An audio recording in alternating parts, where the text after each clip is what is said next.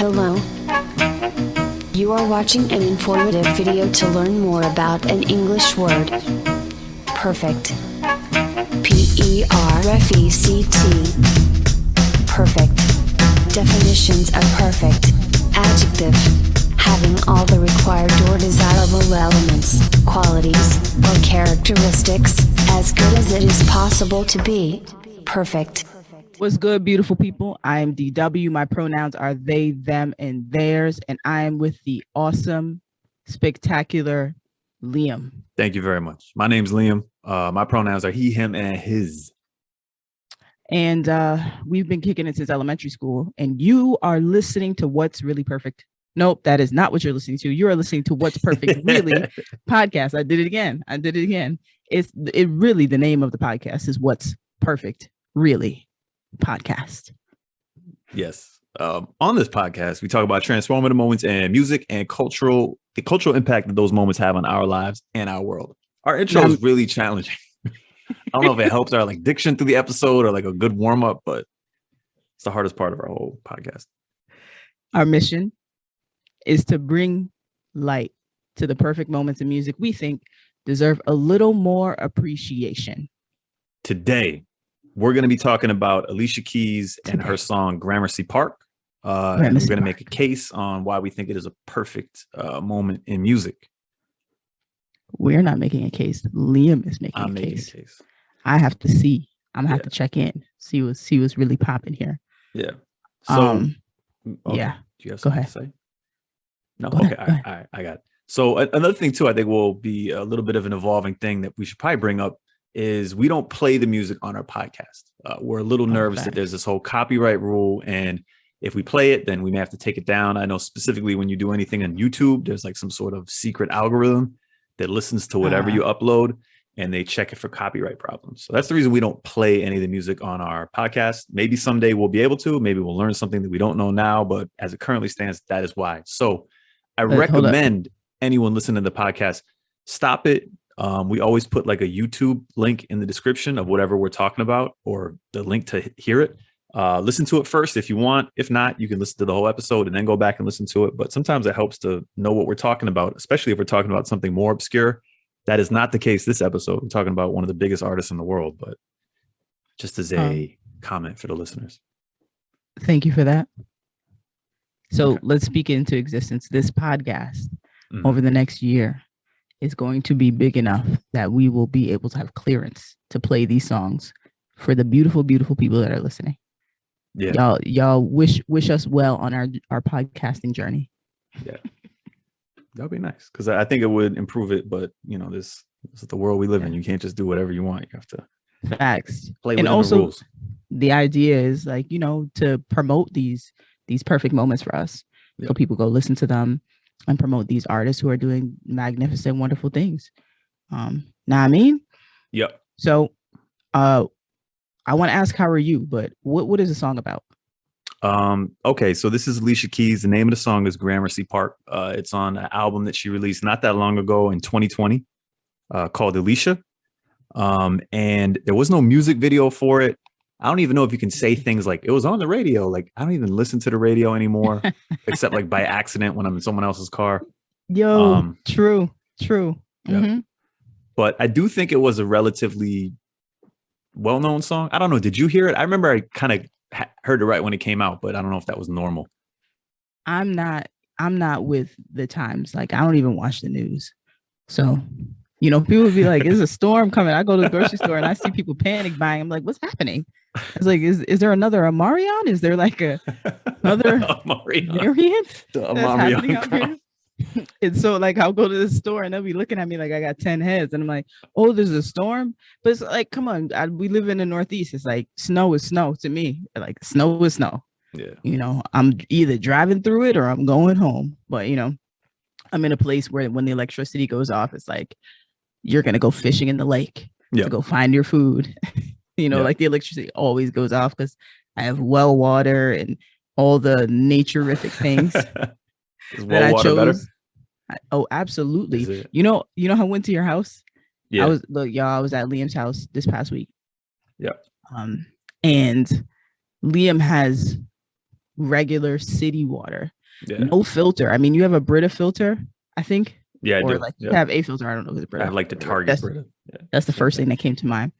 So you have no filter in your regular sink. And as I was like taking a shower, I was thinking to myself, is my skin gonna burn? This is how privileged I am.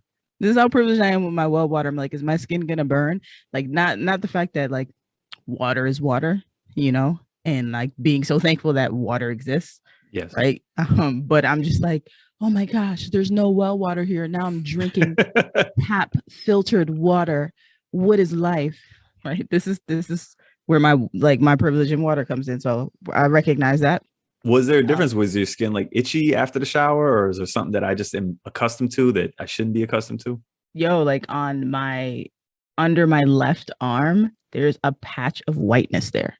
I don't know if it's my white ancestor or if it's like the water. I'm totally joking. Yeah. I'm totally joking. Okay. Like there's no patch, but I did forget my lotion. Okay. And you know what I had to do? What is that? I had to use Lubriderm. Lubriderm. That's what you have. Too. Yeah. That's a lotion that's a lotion you have in your bathroom.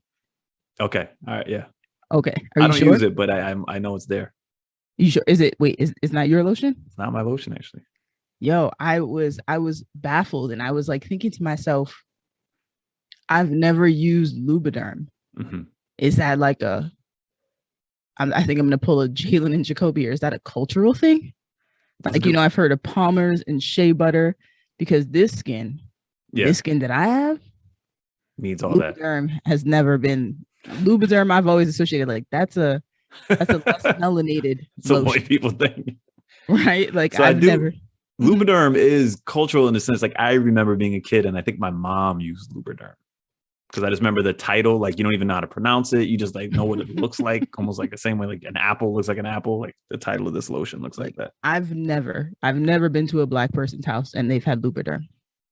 Like it's always been like shea butter straight from the plant.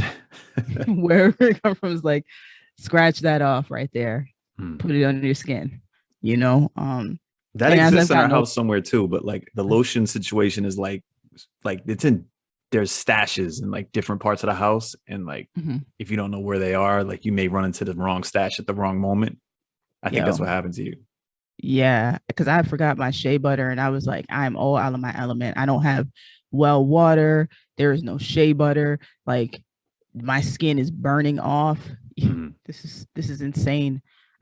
There's a great Bill Barr stand-up comedy special where he talks about white people and lotion, and he just explains that like one of the reasons that white people age badly, and he does it much better than I do, but is that white people don't understand the importance of lotion because we have white skin, and when our skin is dry, you can't see it. It doesn't like become ashy. It just like it looks quote unquote normal. So we exist our whole lives needing lotion, not realizing that we need it, and then we just look old soon. Oh wow! I mean, when I see white people without lotion, I'm like, damn, yo, you need some lotion. Like there's never a point in my life that I've ever come across a white person and I've seen their elbows and I'm like, yo, you got to put some shea butter on that shit. Like there's never because it's just never. And maybe I'm so in tune with it because lotion is the thing, for the deeply melanated folk. So, and we get on people and be like, yo, you ashy fam, like go take care of that. So that happened. So my skin burned off. Also, what's also really dope though, I'm gonna say, is being in your house. When did you buy it? I bought my house like when the whole world ended in 2008. The whole world ended. Remember this like the financial collapse? Oh, did they that's do when a movie I bought on my that? Oh, that's What's when that? You bought your house. Okay. I bought it after the collapse. So like I got a pretty good deal on it, I think. Okay, word. Yeah. So sidebar, I used to live with Liam. Maybe we'll do an outtake on that. Not right now though. It was fantastic. But the other thing, two things that happened that I'm walking away with after staying at your house this week. Number one, well, actually maybe three. Number one, when you own a house, you definitely care about it more because at my rental, I'd be like, this shit right here, maybe I'll put some flowers on the side of here. But when I go to your house, I'm like, oh, this is what it looks like to have a house you care about. Yeah. Oh shit. I mean, I do care about, my like homesteading, or whatever. But it's like, come on, man. I'm not really gonna. No, yeah. If that thing's on the wall, I don't care. Yeah, if there's a scuff on the wall and it's like an apartment, you're like, fuck that wall. But like when it's your Right. house, you're like, oh my God, let me spackle this shit and sand it down and then paint it. Right. So that's one thing. Two, your sneakers, right? Liam came in and was like, yo, I got these new sneakers. Look, I did some by default research. Mhm. These wool sneakers, Yeah. they're wool waterproof. Yep. And they're like dark bluish. They're dark blue, navy blue. They're dope as fuck, man. So okay, so go ahead. They're perfect. So like I bought them. They're kind of expensive. They're $138, but like I needed like a winter shoe that wasn't like a boot, but wasn't like a sneaker that would get all messed up. So I bought this, but I'm about to have the perfect Momo form because they kind of look casual and not formal, but dressy at the same time. I wouldn't call them like a dress shoe, but you know what I mean? Like a fancy, nice sneaker. And I'm about to go to New York, and it's great because I can only pack this one part pair of shoes, and I feel like I'm ready for all the New York experience. Like I can go to a museum with these shoes, or I can go to a bar, and I'm not gonna like feel like, oh, I should have a different pair of shoes on. Yeah, sounds like a good purchase, a universal purchase. And then I saw a commercial for your shoes, and I was like, oh, those are those shits that Liam was talking about that nobody complimented you on when you went to the mall for the first time, and you were like, nobody said anything about my shoes. I'm like, my dude, like. They're blue, like they're dark blue. Nobody really cares. I was ready for the compliment, but nothing happened. I never get compliments like when I walk around. It never happens to me. Oh, I'm sorry. It's all good. Listen, just become used to it. 3, I don't fuck with Alexa. That's the other thing that I learned. So yeah, I got that. You know, the TV. I've said this story like 2 or 3 times before leaving your house. I was watching Insecure. Shout out to Insecure, one of the best shows written to date. I was watching Insecure late night, 2 a.m. in the morning. I think maybe 12. It could be 12. You know, I have no sense of time. All I know is Liam sleeping upstairs, and I'm like, Liam has all this Alexa shit around the house. You know, being watched, whatever. The government's in my house. Yeah, yeah, the government's in Liam's house. Yeah, Bezos is. As I would say, and so. I say to Alexa, Liam is like, okay, so this is how you turn up the TV. You ask Alexa. And I heard Liam say, Alexa, level 2, turn volume to level 2. And I'm like, oh, bet I know how to do this. I totally got it. I got this down. I'm going to nail this, you know, and then during the day when I was doing work, I was like, Alexa, turn lo-fi hip hop to level 2 or level 1. Yo, and I was nailing it. It was just, I was doing my thing. And then it's 2 o'clock in the morning or 12 o'clock in the morning watching Insecure. And I'm like, Alexa, turn volume to level 8. Then Alexa turns volume to level 80. That shit is blasting. It's blasting. And I'm like, oh my gosh, this is like the worst possible thing that can happen. And so now I'm yelling at Alexa, you know, and you're trying not to yell. You're trying to yell over the TV at Alexa. Right. Alexa don't hear you. Oh, so Alexa doesn't hear me. The TV's blasting loud. People are sleeping. I'm like, oh my gosh, I'm the worst house guest right now. And I'm yelling at Alexa, and then I'm finally like, yo, Alexa, I think maybe I didn't even get Alexa to turn it down. I think I might have just turned off TV. It was like, fuck it, I'm going to sleep. Alexa, turn everything off now. I was like, nah, I'm going to sleep. I ain't fucking with Alexa no more. You know, and so I had to come back to Insecure the next day. But 3 things that happened to me being at Liam's house. So what is Gramercy Park about? Gramercy Park. So this is an Alicia Keys song. Her collaborator on it is a person named Jimmy Napes. And he's the person that works with Sam Smith, that British guy who, well, I guess Sam Smith is like transitioning. I remember seeing something in the news about that, but you remember that songs that he did like very like soulful. He's like a white British dude, but his songs are really soulful. Sam Smith, I believe Sam Smith. I don't know if the pronouns are they, them now. I think so. But I don't know if there's another. Are you saying they may be transitioning to that part? I don't know. I just know that they were changing away from their previous like gender identity to what I don't know, but I just know there was a change in progress. Yes. Okay. So this songwriter works with him. So it's kind of like a very soulful. Works with them. Yep. And soulful collaborator. And this song, if you haven't heard it, listen to it. But it's a very like stripped down, soulful, very beautiful song. And the song is about when you become romantically interested in somebody and you want to be with them and you want them to want you, you want this romantic connection with that person, you can sometimes lose who you are because you're trying to be able to portray what that person really wants. And your heart's in the right place when you're doing it because you just want this genuine connection with that person. You're not intentionally trying to manipulate them by any means, but you want something to happen so bad that you're making small sacrifices to achieve that. But then at some point you really paint yourself into a corner, and then you look at your situation, you're like, okay, I'm with this person, but at some point I have to be myself, and that person may go because now they've fallen in love with somebody that isn't me. It's like an altered version of me. That's the content of the song. It's a thorough breakdown. Yeah. And we'll go into that more because I think that especially hearing Alicia Keys sing that, for me as like a guy who had a crush on Alicia Keys at different points. Oh my gosh. Yeah. Who hasn't, right? I was like, who hasn't? Janet Jackson even admitted to having a crush on Alicia Keys. Really? Like that's the ultimate thing, you know? At least I feel like, you know, I grew up loving Janet Jackson. Like, oh my gosh, Janet Jackson is amazing. The dance moves. And Janet Jackson's like, yeah, I totally had a crush on Alicia Keys. But like, honestly, who didn't? Yeah, exactly. I can't imagine who. And I think that's why it's interesting to hear Alicia Keys sing it, because you're like, you would figure out of everyone in the world who doesn't need to put themselves into this position. Yeah. It would be Alicia Keys. But at the same time, Alicia Keys is so genuine and sincere that when she like talks about this song meaning something to her because it was something that she experienced, I don't feel she's putting that on. I feel like she genuinely went through those feelings. Yeah, you know, it's interesting because I was listening to an Alicia Keys interview, and Alicia Keys talking about her people-pleasing tendencies, you know, and then being in a relationship and realizing, like, having a long enough time to be in this relationship to realize that wasn't working. It wasn't working being that person. And she didn't feel like she felt like she was losing herself. She had to figure out how to kind of empower herself. So for lack, it's not all the words or whatever that Alicia said, but this is what I was taking away from it. Yeah.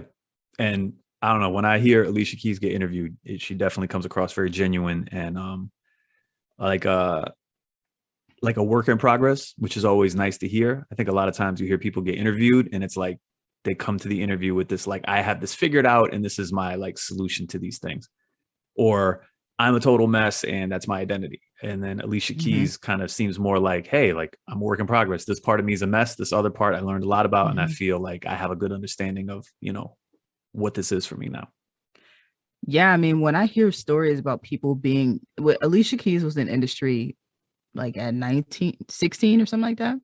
Started at 16 young. And like really young, right, kind of like a her story, but her might have started younger. But when you watch people grow up, you know, and people navigate an industry that a lot of people say is really can get to you. And you trying to find yourself when there's a lot of people around you who are like, this is who you are, or clapping for how you're showing up because that benefits them. So how do you find yourself in that maze? Right. So I can imagine for someone like Alicia Keys or anybody who was growing up in the industry, it's like a hell of a maze to navigate in general. So, and I also will say in the interviews, you know, it's very interesting because I love hearing, like, I went back to hear Alicia Keys when she was younger. Like 18-year-old, like fresh out Alicia Keys. Actually, I remember when the first time I heard Alicia Keys was on Soul Train. And I don't know if it was her debut to me, but it could have been the debut of her on national television. Yeah. I'm not even sure, but she was singing Fallen. Yeah, that was her first song. Yeah. Sucked the air out of the room. Yeah.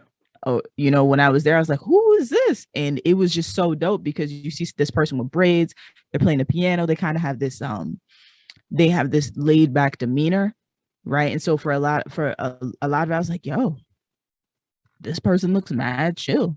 I vibe with it. So, but just seeing that and how that translates in an interview, it makes sense.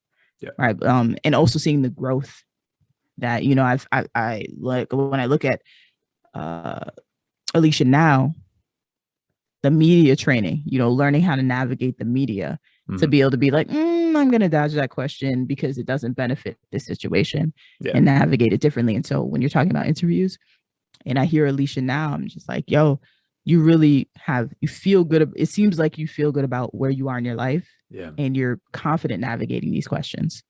All right. Sidebar. I think we all aspire to be Alicia Keys. She's like I don't know. I think that like as a person, you know, she's one of the few celebrities that you're like, I hope I have that level of like, I don't know what the word is, but like groundedness.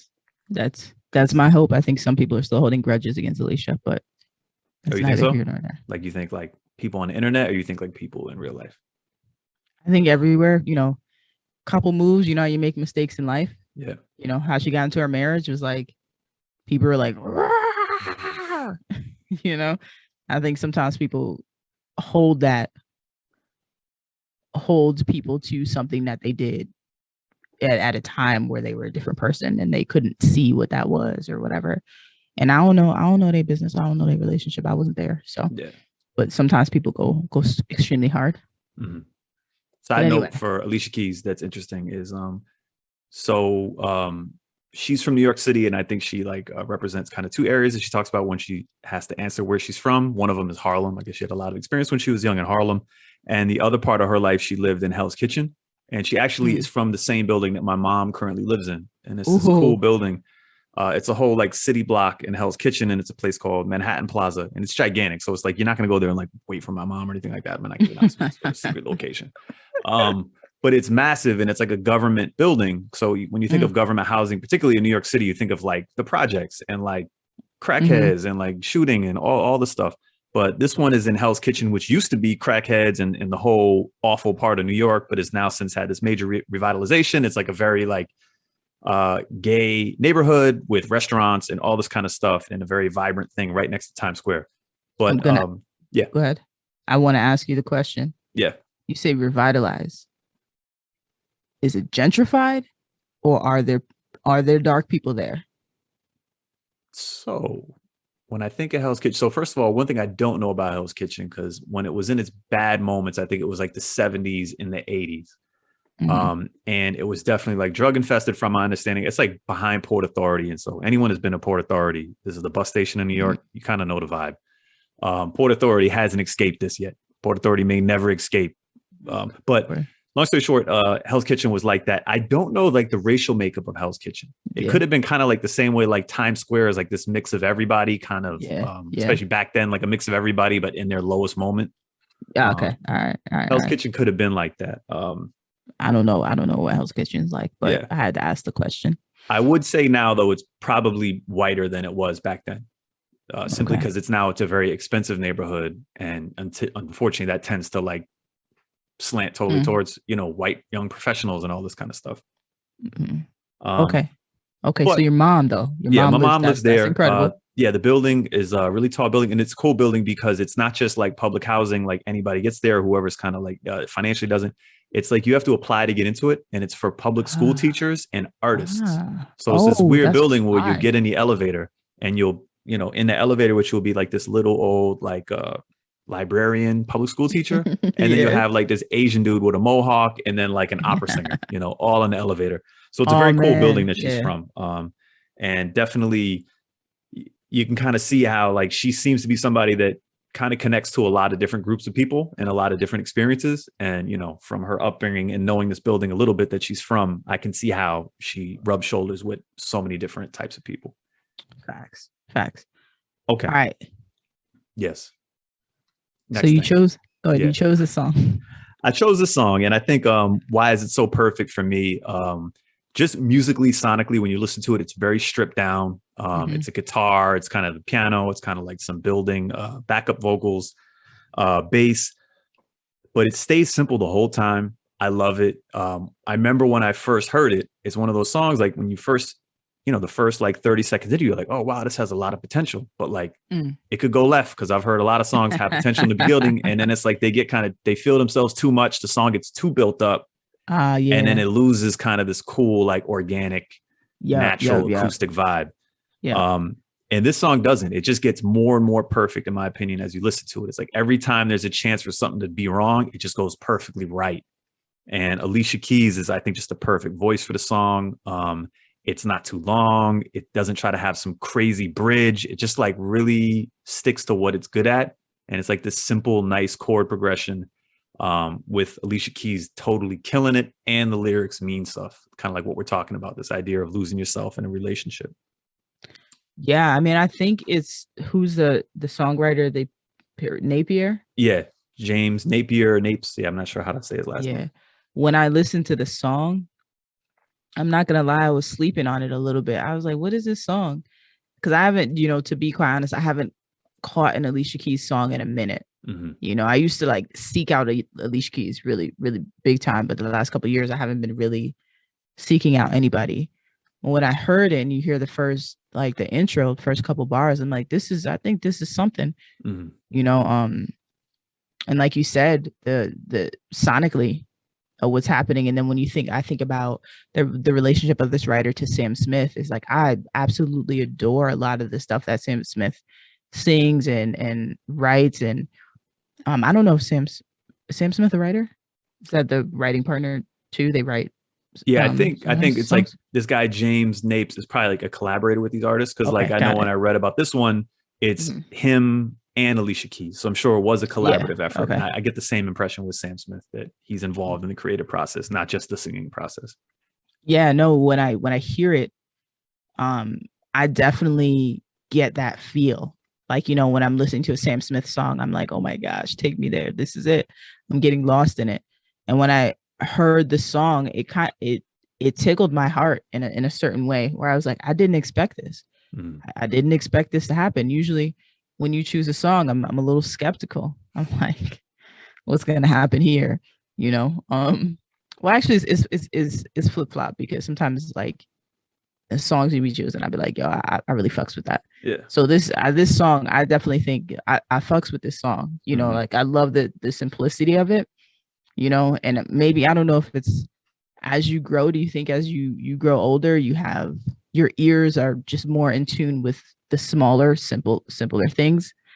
I don't know. What do you think? I feel like with music, sometimes like, music has these trends and like kind of what's popular at a moment. And, there's like a cycle, right? And like, there's a lot of times where music, what's popular starts to become these built up things with like these really intense moments, whether it's like a lot of instrumentation or you name it, like synthy, fast, all this different stuff. And then every once in a while, like that tends to be the tenor of what you're hearing. And then a song like this comes out and it just like washes all that away in a blink. And it just reminds you of sometimes simple, easy, bread and butter, whatever the basics are, can absolutely just be the best song that you can hear. And to me, that was the song when I heard it at that time, because I even heard it the first time on the Tiny Desk NPR performance. So of course it's stripped down, but it's the perfect song for that. And it just kind of one of those things, like, don't overdo stuff. Sometimes keeping it as simple as possible is exactly the right way to do it. Now, when you were saying that it could have gone wrong, but it went right. What was something, I don't know if it was sonically in the beat, where you're like, oh, I hear this and I really hope it stays here, opposed to going over here? Can you give an example of like? Yeah. So I would say sometimes like the intro to a song, it's intentionally like this kind of softer thing to make it more dramatic whenever like the quote unquote real music kicks in. But as a listener, the most beautiful part of a song sometimes is this more stripped down part where you're really getting at the essence of, the chord progression and the music. And this is a song like that. And I guess in certain regards, like Sam Smith is a good example of against what I'm talking about, where a lot of his songs start off simple and then there's this like massive like chorus comes in and like a church choir. And those are some beautiful, amazing songs. But I think that's what I mean. Like, you'll also hear people do that where it goes too far left and they lose kind of what made the song good by trying to make the song sound big. So wait, I have a really good example. Yeah. I don't know if you heard this song. Oh my gosh, here it comes. This is a great example. I'm ready. So Tiana Taylor. Do you know who Tiana Taylor is? Oh, definitely. Yep. So Tiana Taylor. Yep. She was with Shumpert. Right. Album. Oh wait, A Rose in Harlem. Is that the album? I don't know. There's a song on. Okay, it's Oh, it's called Hold On Issues. Mm-hmm. And Tiana Taylor is singing her ass off in the song. It's like, hold on, don't let me go. Hold on, ooh, ooh. I don't know if you get it. Hey. I get it. Right. So she's singing this song, baby. And all of a sudden you hear do do do do do do do do space lasers or something.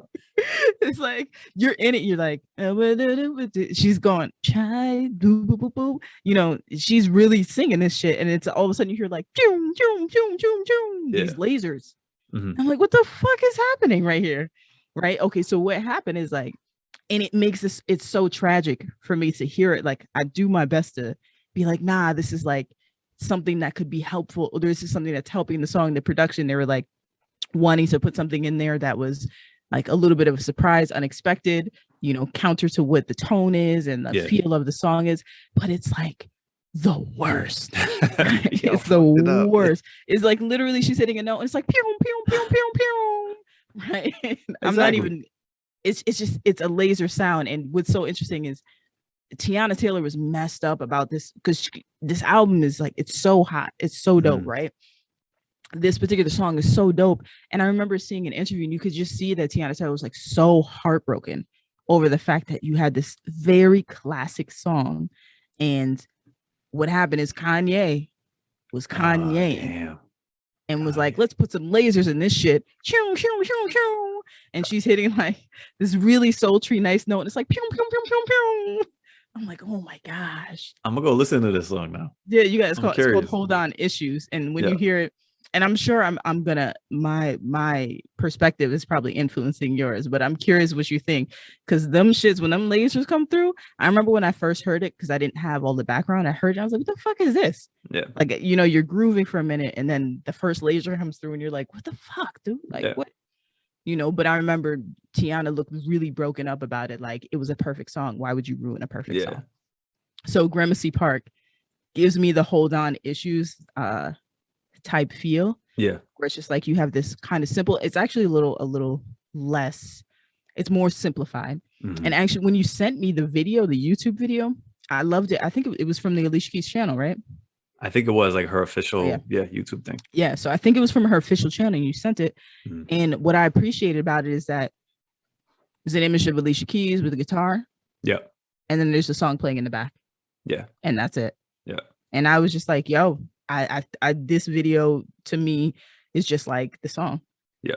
It's simple in that way. It gives you an opportunity to really listen to the song, you know? And so whatever it was that if Alicia Keys wanted that to come across in the video, the YouTube video, I got that. Yeah. No, and it's funny, like things can get ruined either musically, the producer tries to overdo it and like impress you, and then it just loses the musical appeal of it.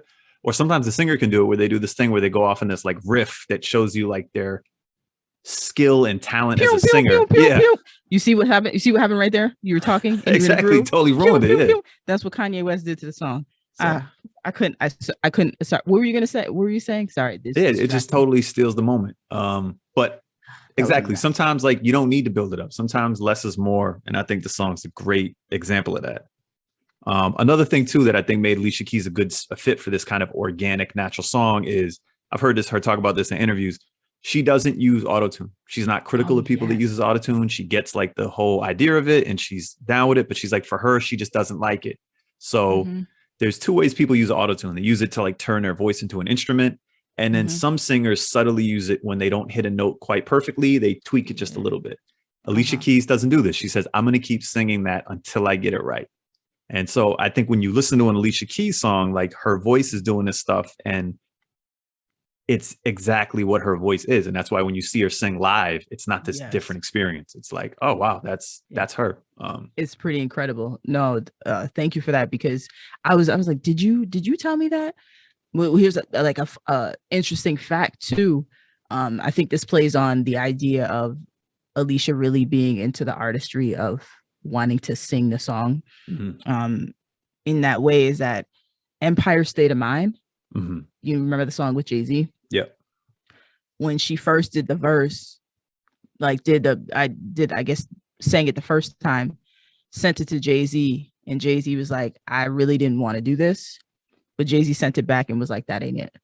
And, and he was like, I could possibly be ruining my relationship with Alicia, by doing this.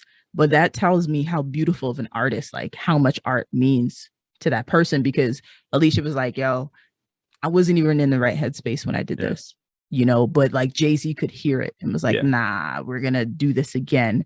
And so when I think about someone who really believes in quality, you can see that come through throughout this song, but in the other works, because when you listen to Alicia live, Alicia sounds like Alicia. Exactly. Yeah. It's and like as much as I recommend people obviously listen to the song, check out the Tiny Desk performance of it, because it's really cool. Kind of like Chica earlier, where it's like, there's literally just this whole great experience watching it live as there is when you listen to the kind of the perfected version of it. Yo, Tiny Desk really be putting like artists on. It was because it's the stripped down effect. Yeah, it's like Unplugged TV, MTV Unplugged. But I feel like we should do a series on Tiny Desk concerts, because I have so many where I'm like, yo, you got to listen to this Tiny Desk concert. Maybe I'll put one of the songs in there, but from another Tiny Desk concert that I've been sitting on. But when I listened to the Tiny Desk concert too, as actually, what's so interesting? Mm-hmm. I liked the YouTube version more than I liked the Tiny Desk one of this song. Yeah. Okay. So you like the actual version versus the performed Tiny Desk version? Yeah. Which was just strange to me. Maybe if I go back, I'll feel differently. But yeah, no. That's how I felt. That's how I felt about it. But what about the lyrics for you? Is there something in the lyrics? I love the lyrics. So for me, and I'm gonna like maybe go into dangerous territory here, but pew, pew, pew. Yeah, I'm like a guy, right? So I've had my whole existence like I'm the guy, and like I'm gonna go chase that girl. She's really pretty. No. I'm trying to get her. And then like you learn this very early on in life, at least from my experiences, that like that girl's pretty. She has 10 dudes all trying to talk to her. Like I'm not special. And her role is to kind of like sit back and be like, nah. Okay, maybe, nah. Actually, I changed my mind. Go away. Oh gosh. And Alicia Keys is a very beautiful woman. So on some level, I'm sure like she has had this experience where there's just a ton of options presented to her. And I can't understand what it's like to be in that position, but what I assume it's like to be in that position isn't confirmed in this song, because I believe this is her actual experience, where she has been on the part where she sees somebody that she likes, even though in theory, like she can quote unquote have anybody she wants. She found somebody that she needs to be different for in order to feel like she can be accepted into this romantic situation. And for a guy to hear that a beautiful woman can experience that is just kind of like a very surprising thing to hear, and makes you connect to like the person that person is, and stop seeing them just as this like beautiful object of perfection, and more like, wow, that's like an actual person who goes through some of the same emotional experiences I do. Oh wow. So it's very like I get this like daydreamy, like, moment of connection with Alicia Keys. Like, oh wow, we experienced the same thing. Oh my god. It's so cute. Like you with your glasses just peering out. Like I'm looking at a zoom, and Liam has this mystical look in the eyes, like, yeah, someone understands me. It's like the cutest thing. Yeah. You see somebody's child self. Exactly. Like in a minute, like I just saw you as a kid again. Yeah. That's so interesting. No, I think, that perspective of like don't get me wrong, in the lyrics, I don't want to deceive. I like the attention with your eyes on me. Right. So you're becoming what the trouble with the truth is, it's hard. It's so hard to believe. Now here I stand with my heart on my sleeve. And it's, when you go into it, you're falling for a person that's not even me. I think that too is the idea of being in love with somebody so much that it turns your world upside down, or maybe like your love is like, I mean, I don't know if other people have been in this situation, but I've been in this situation where I'm like, oh, I like, yeah, I guess I'm a cool person in the world or whatever, but this person I really want to impress because I want them to love me as much as I love them. Yeah. And so some people think the thing to do is to create an atmosphere in which you're always pleasing this person. Yeah. And I think for someone like me, learning that people having their own mind and their own way that they move in the world is super important, but that is also an attractive feature for you not to always agree with me, to not always be agreeable, but for you to have your own opinion. But I totally understand is like when you're younger, I think too, or in like certain relationships, you're like, no, this person is not going to like me. This person's not going to like me. Let me make sure I go play this video game, even though I don't even like video games. Yeah. Because I want this person to be with me. They'll leave me otherwise. Yeah.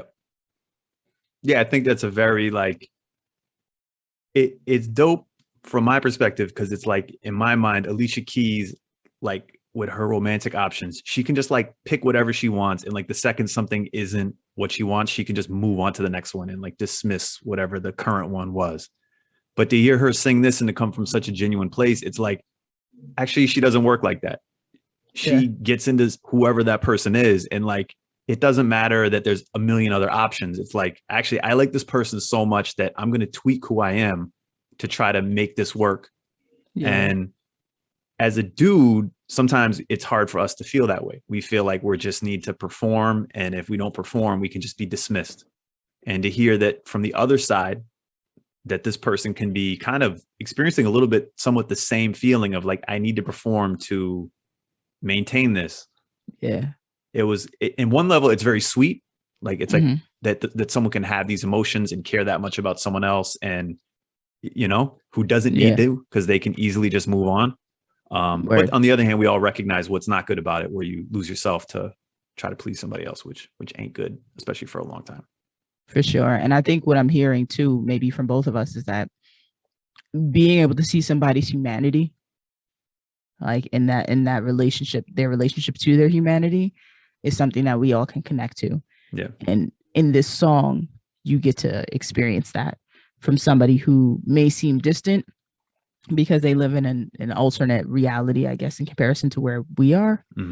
But they're bringing us into a glimpse into their life in a way that it's not guarded, but it seems very vulnerable.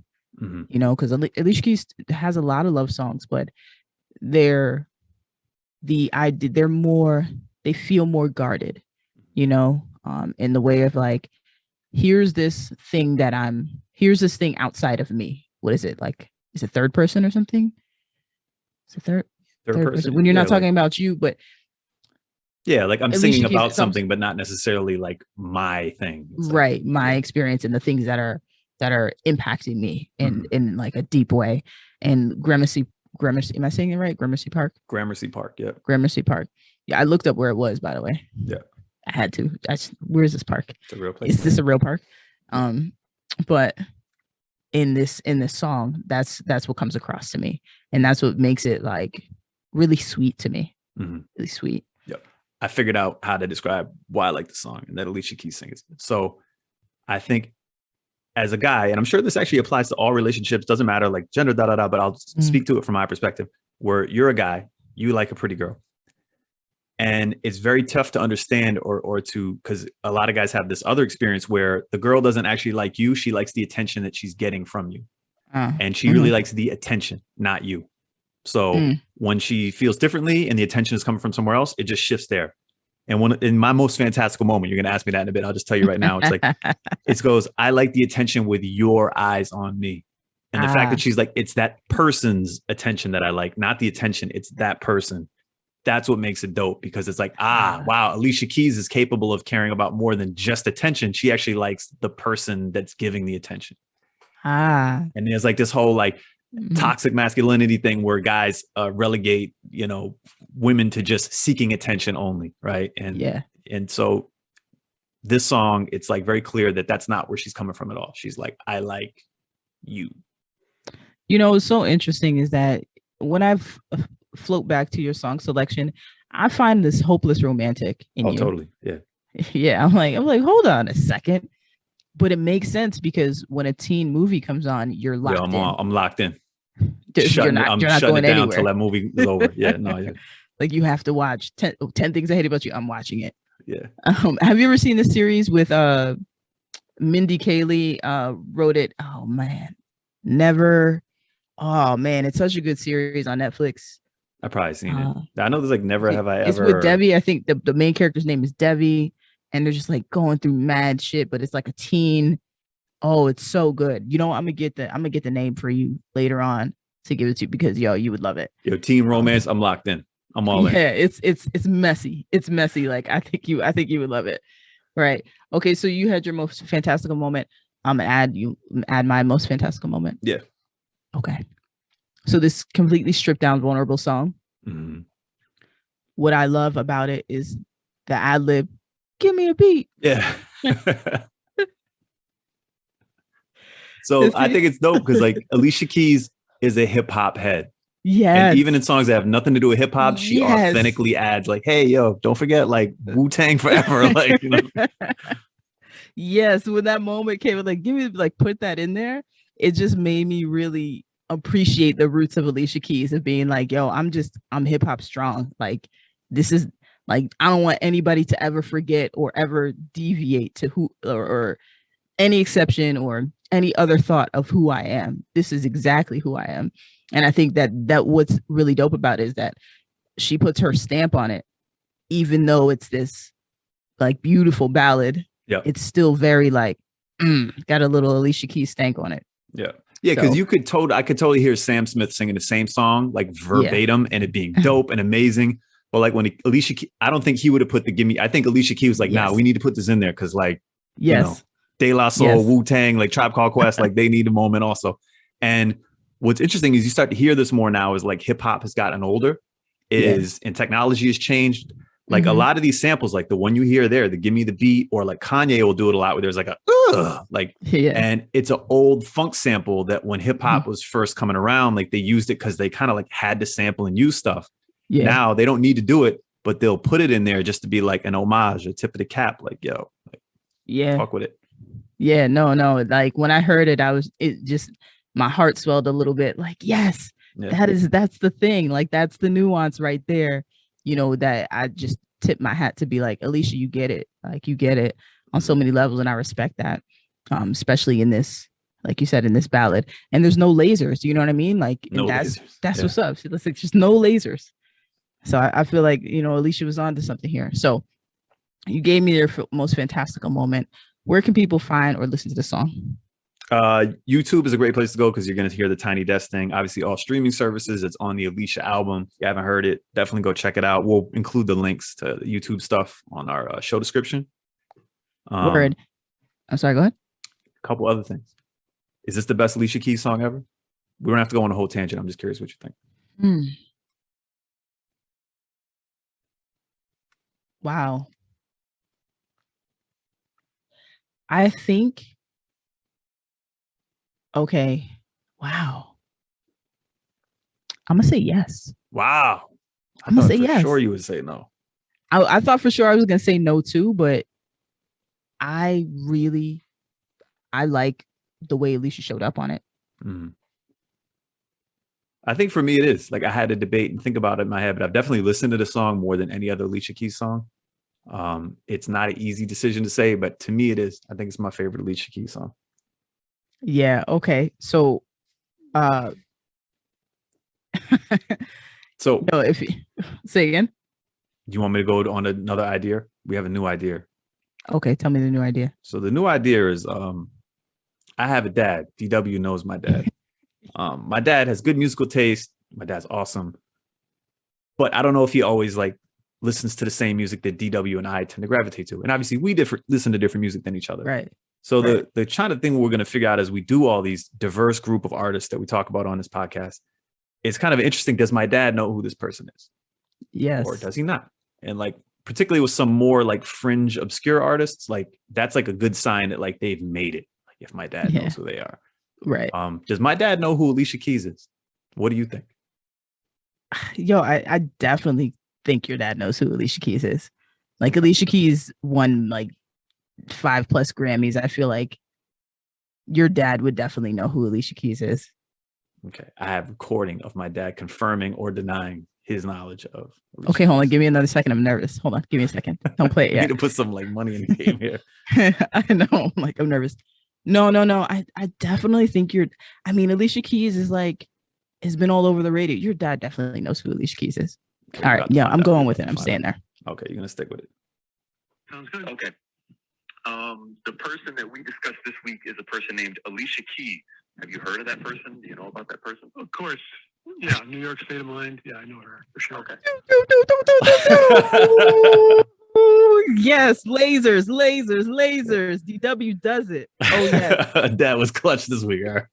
No, I was like, there's no way, Dad. Yo, tell your dad, like, big ups to your dad knowing what to know. Yeah, right? Yeah. Tell us a shout out to your dad. DW says some stuff. It's kind of, she's so humble that like sometimes you feel like, oh, that's like my artist, like my little niche artist. But like she's a gigantic international global star. And sometimes like you can forget that when you see her get interviewed. Because I mean, just by the piano alone, piano and braids, I feel like people would know. Like, oh, I definitely know who Alicia Keys is because it was signature. Like it was a whole signature stamp when she came out. So check this out. Share your perspective with us. How do you experience these moments in music? Is there a moment of music happening in your life or some juicy story that you want to tell us that you're connected with? If so, and you want to discuss it, or you want us to discuss it on air, or you want to share a moment of music, whatever it is, drop a line explaining what you think the moment of music is worth discussing at whatsperfectreallypodcast@gmail.com. Share your stories with us or tag us to your story on Instagram. You can find us at What's Perfect Really Podcast on IG. And as we say every time we go, we invite you to take what you want from the podcast and leave what you don't, because ain't nobody perfect. Hello. You are watching an informative video to learn more about an English word. Perfect. Perfect. Perfect. Definitions of perfect. Adjective. Having all the required or desirable elements, qualities, or characteristics, as good as it is possible to be. Perfect.